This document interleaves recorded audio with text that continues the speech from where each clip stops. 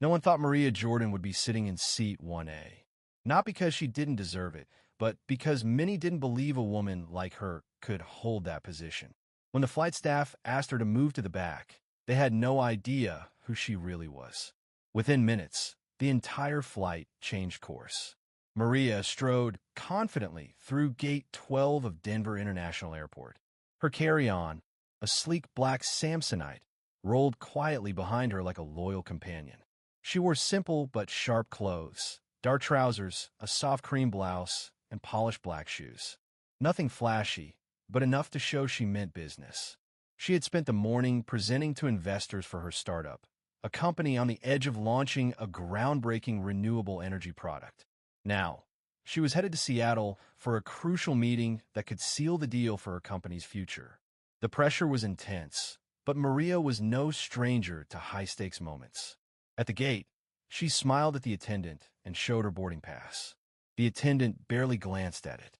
"Group A hasn't started boarding yet. Please wait over there," she said without looking up. Maria raised her eyebrows. "I'm in Group A," she said calmly. The attendant scanned the boarding pass again and blinked in surprise. "Oh, right. Sorry about that. Go ahead." Maria had seen this before, that flicker of doubt when people's expectations didn't match reality. Her skin color always seemed to come before her title.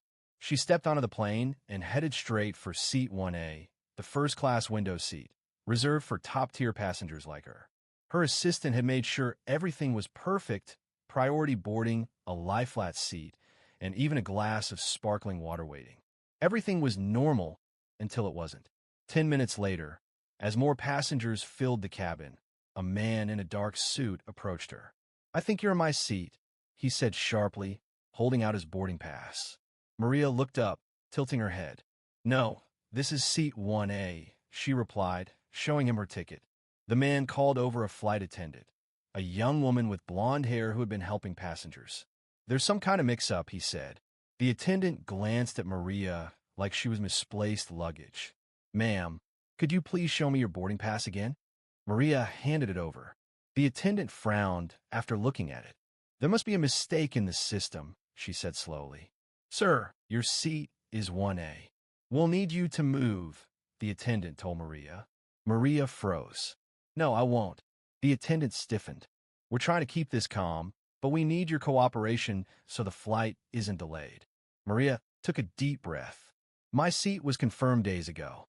I fly with this airline often. If there's an error, it's not mine. I'm not moving." The man scoffed. The attendant lowered her voice, speaking like she was talking to a misbehaving child. "Ma'am, this is first class. Please don't make this harder than it needs to be." Maria's voice turned cold. "I'm the founder and CEO of Green Tech Innovations. I paid for this seat.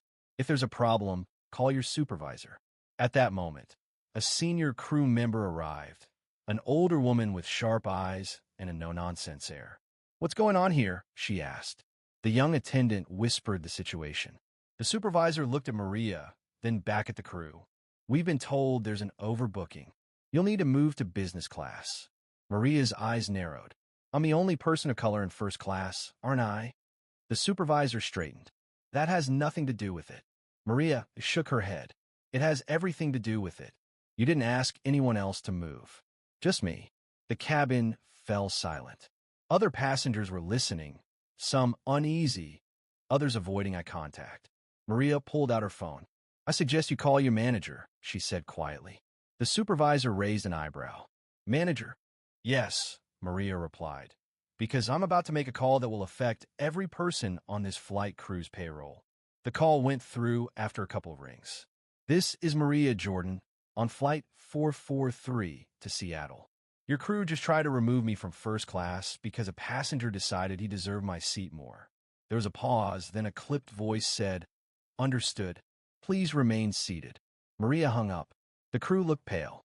Passengers shifted uncomfortably, pretending not to listen but hearing every word. 5 minutes later, just as boarding finished, the captain's voice came over the intercom. "We're experiencing a brief delay due to a staffing issue. We appreciate your patience."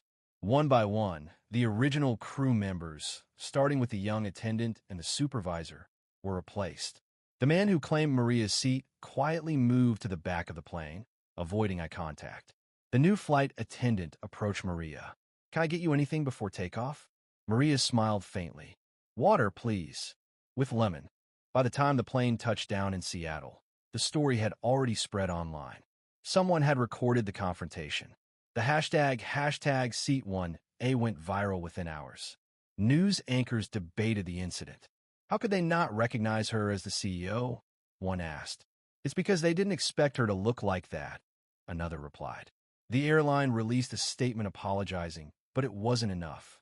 Within the week, the entire crew from that flight, including the captain, was let go. Maria's company quietly released a statement. "We stand for respect, equality, and zero tolerance for discrimination. These values guide us in every boardroom and every flight." Maria didn't celebrate their firing. She never did, but she spoke out. The following week, she was invited to a leadership conference. On stage, wearing her trademark black shoes and calm confidence, she shared, "I didn't grow up in fancy offices. I grew up in tough neighborhoods where we had to fight for every opportunity. I worked hard. I studied. I sacrificed. And yet, on a random Tuesday at 35,000 feet, I was told I didn't belong." She paused. "If we keep staying silent when faced with ignorance, it will never end." She smiled gently. "I didn't ask for their jobs back. I asked for respect." The room erupted in applause. The lesson? Bias doesn't always shout. Sometimes it whispers in a smile or hides in routine rules. It doesn't matter how rich, educated, or powerful you are. If your skin doesn't fit their expectations, they'll try to rewrite your story. But if you stand firm with calm, truth, and action, you don't just keep your seat. You protect the right of the next person to be seen and to belong.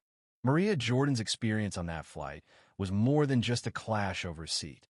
It was a mirror held up to society's deeply rooted assumptions and biases. In that confined space thousands of feet above the ground, invisible barriers surfaced, barriers shaped by prejudice, ignorance, and outdated ideas about who belongs where. Yet Maria's response showed that dignity and respect are not privileges handed down. They are rights that must be claimed and defended. Her story reminds us that prejudice often hides behind everyday interactions, a glance that questions, a tone that dismisses, a policy that accidentally excludes. These small acts may seem insignificant on their own, but they build up, reinforcing exclusion and inequality in subtle, corrosive ways. What makes Maria's stand remarkable is not just that she refused to move from her seat, but that she called out the injustice calmly and clearly, turning a personal moment into a powerful act of resistance. This is a lesson for every one of us, in every place we go. Whether at work, in public spaces, or online, we will face moments where we are underestimated or overlooked because of who we are or how we look. Maria's courage shows that when we respond with quiet strength and unwavering conviction, we don't just defend ourselves. We help dismantle the structures that keep others silent and unseen. Her actions sparked change beyond the flight. The airline's swift response, the crew's dismissal, and the widespread public conversation revealed a collective impatience with discrimination and a demand for accountability. But change is not only about consequences for those who act wrongly. It is about opening doors for more people to walk through with confidence and pride. Maria's speech at the Leadership Summit echoed a call to action for everyone listening. Speak up, demand respect, and never accept being made to feel invisible. Her journey from tough neighborhoods to CEO is a testament to what determination can achieve, but also a reminder that no one's path should be blocked by bias or ignorance. In the end, Maria's fight for Seat 1A was a fight for something far greater: the right to be seen, heard, and valued exactly as you are. And that is a message we all need to carry with us wherever we go.